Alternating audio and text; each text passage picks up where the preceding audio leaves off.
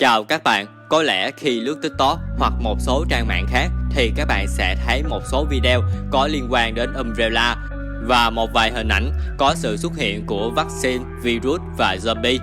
Để giải tỏa thắc mắc của các bạn thì hôm nay chúng ta sẽ cùng tìm hiểu về Umbrella, nó có liên quan gì đến zombie.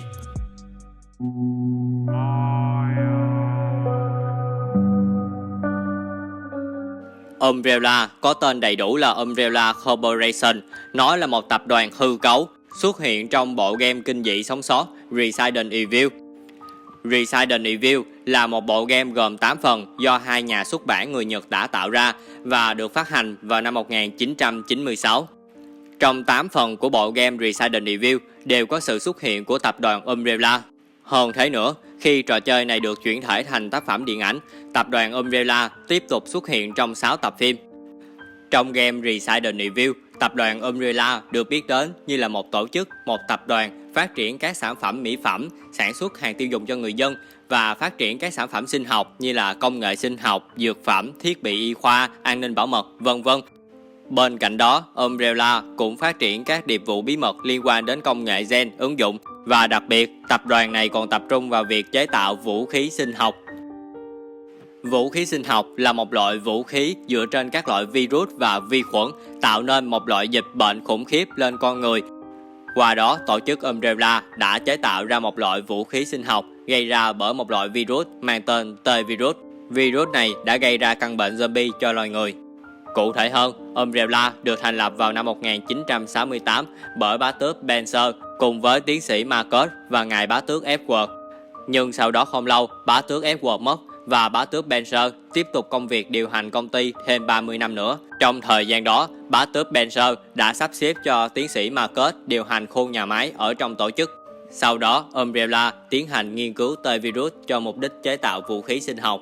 Tuy nhiên, qua lời kể của tiến sĩ Wesker, một trong những tiến sĩ được phân công để nghiên cứu T-virus, tiến sĩ này nói rằng nếu loại virus này được cung cấp cho quân đội vào mục đích chiến tranh thì hậu quả của nó là không thể nào mà bù đắp được. Nó sẽ tạo ra sự tuyệt chủng cho loài người. Một thời gian sau đó, bá tước Benzer hiện tại là người lãnh đạo của tập đoàn dần không tin tưởng vào tiến sĩ Marcus, lo sợ rằng các nghiên cứu của tiến sĩ Marcus có thể làm tổn hại đến vai trò lãnh đạo của mình. Bá tước Benzer đã ngầm sắp xếp cho hai người để tiêu diệt Marcus và giao cho người khác tiếp nhận luôn các nghiên cứu của Marcus còn dang dở. Tuy nhiên, người tính không bằng trời tính. 10 năm sau đó, sau khi Marcus bị tiêu diệt, một tai họa đã giáng xuống tập đoàn Umbrella. Mặc dù đã bị tiêu diệt, nhưng Marcus đã sống lại nhờ một sản phẩm nghiên cứu của mình trước khi chết. Và lần này, hắn đã báo thù bá tước Benzer bằng cách phóng thích T-virus. Nhờ việc làm của Marcus mà tổ chức Umbrella đã bị mất kiểm soát. Những con zombie bắt đầu lan tràn ra bên ngoài, gây ra một đại dịch zombie. Theo một số tư liệu, tập đoàn Umbrella không chỉ muốn chế tạo T-virus cho mục đích quân sự, tổ chức này còn muốn nghiên cứu sâu hơn về loại virus đó để tạo ra một loại siêu nhân mới. Những người được cho là những sinh vật tăng cường sức mạnh có thể dẫn dắt nền văn minh nhân loại trong khi tuân theo những nhà sáng lập tập đoàn Umbrella như các vị thần của họ. Có nghĩa là những người thống trị tập đoàn này còn muốn thống trị luôn cả nhân loại. Tóm lại thì tổ chức Umbrella là một tổ chức hư cấu không có thật xuất hiện trong bộ game Resident Evil. Tổ chức này được thành lập vào năm 1968 và bị sụp đổ vào đầu những năm 2000. Do lục đục nội bộ trong tổ chức nên đã giải phóng ra loại T-virus gây ra hiểm họa đại dịch zombie. Mình thấy tập đoàn Umbrella Corporation này khá giống với tổ chức SCP, một tổ chức trong các huyền thoại Creepypasta. Tổ chức SCP là một dạng tiểu thuyết hư cấu và không có thật, được viết ra bởi nhiều tác giả trên khắp thế giới. Và trong tổ chức SCP có một loại SCP mang tên là SCP-008. Nó sẽ gây ra một loại đại dịch zombie. SCP-008 là một dạng phức hợp protein hay còn gọi là prion. Người bị nhiễm bệnh này 100% là tử vong. Bệnh SCP-008 lây truyền qua màng niêm mạc và qua các dịch cơ thể như mồ hôi, nước bọt và nước mắt. Các triệu chứng nhiễm bệnh SCP-008 xuất hiện không quá 3 giờ sau khi tiếp xúc. Ban đầu, bệnh sẽ có triệu chứng giống như các bệnh cảm sốt thông thường, sốt cao, cộng với hội chứng điên loạn trầm trọng ở các giai đoạn sau. Khoảng 20 giờ sau khi xuất hiện những triệu chứng đầu tiên, nạn nhân sẽ bước vào giai đoạn hôn mê và 12 giờ sau đó, nạn nhân sẽ nổi cơn điên đầu tiên. Sau đó, nạn nhân bắt đầu bước vào giai đoạn hoại tử. Trên da bắt đầu có sự thối rữa và lở loét trên toàn cơ thể. Các chuyển hóa trong cơ thể bắt đầu có phản ứng chậm lại như máu, nhịp tim. Điều này cho phép nạn nhân có thể sống đến 10 năm mà không cần bất kỳ chất dinh dưỡng nào hết. Có nghĩa là nếu chúng ta không tiêu diệt một con zombie mà bắt nhốt nó không cho nó ăn gì hết trong vòng 10 năm thì nó vẫn sống. Máu của những con zombie sẽ bị khô đặc lại và những cái vết thương do súng đạn hoặc những cái dụng cụ thường gây ra sẽ không gây sát thương đáng kể trừ khi tấn công mạnh vào não. Không chỉ hoại tử bên ngoài, bên trong não của đối tượng cũng bị hoại tử khiến cho nạn nhân không thể phân biệt giữa người này với người kia, xuất hiện các hành vi mất nhận thức và tấn công những người khác. Những con zombie này sẽ có những chú ý đặc biệt đối với những cái âm thanh, tiếng động hoặc mùi hương liên quan tới các sinh vật sống và đặc biệt là con người. Theo các nghiên cứu, SCP-008 không được tự nhiên tạo ra mà có vẻ như nó được con người tạo ra cụ thể. Bởi vì khi SCP-008 được tạo ra sẽ làm mất cân bằng trong tự nhiên. Hiện tại, protein SCP-008 Rion đã được lưu trữ tại Nga tuyệt mật và được giám sát an ninh 24/24. Nếu có bất kỳ sự cố nào xảy ra với khu giám sát thì các biện pháp đốt và chiếu xạ sẽ được thực hiện ngay lập tức để tiêu diệt SCP-008. Các biện pháp đó sẽ được thực hiện trong vòng 8 giờ liên tiếp.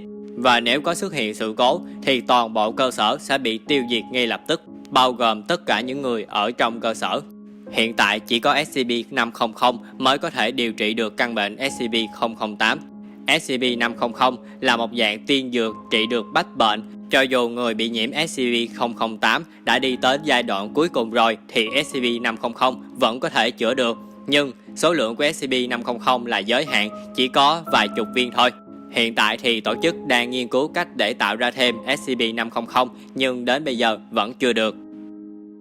Và những thông tin đó là những thông tin của SCP-008 cũng như một vài thông tin về tổ chức Umbrella.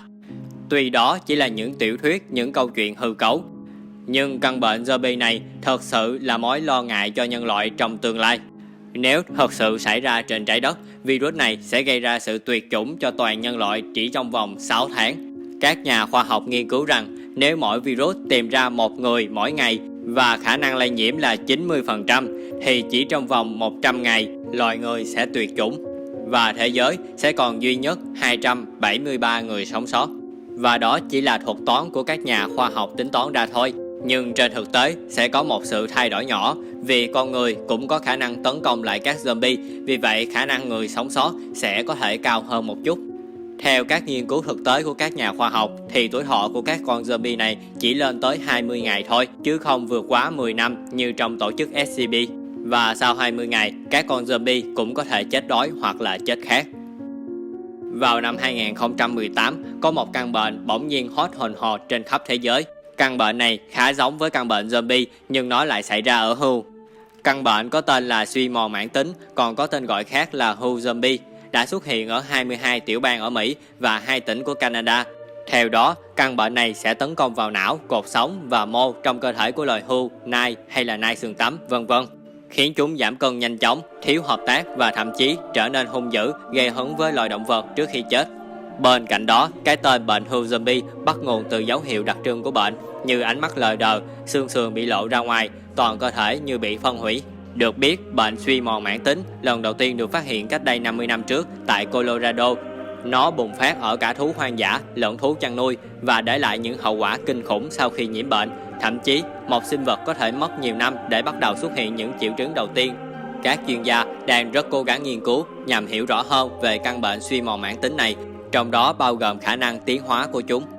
Theo đài Colorado, hiện nay chưa có bằng chứng nào cho thấy căn bệnh suy mòn mãn tính này có thể lây lan sang người, nhưng một nghiên cứu mới đây đã ghi nhận trường hợp đầu tiên xuất hiện ở loài khỉ khi chúng ăn thịt bị nhiễm bệnh.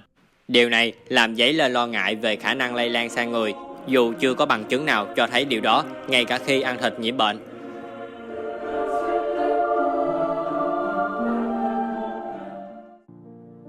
Và đó là video của ngày hôm nay. Cho dù căn bệnh zombie này như thế nào thì hiện tại nó vẫn chưa xuất hiện ở loài người. Điều hiện tại chúng ta nên lo ngại là dịch bệnh Covid-19. Mình mong rằng các bạn sẽ có sức khỏe thật nhiều để có thể chống chọi với kênh dịch bệnh này. Cảm ơn các bạn đã xem video. Xin chào và hẹn gặp lại ở những video tiếp theo.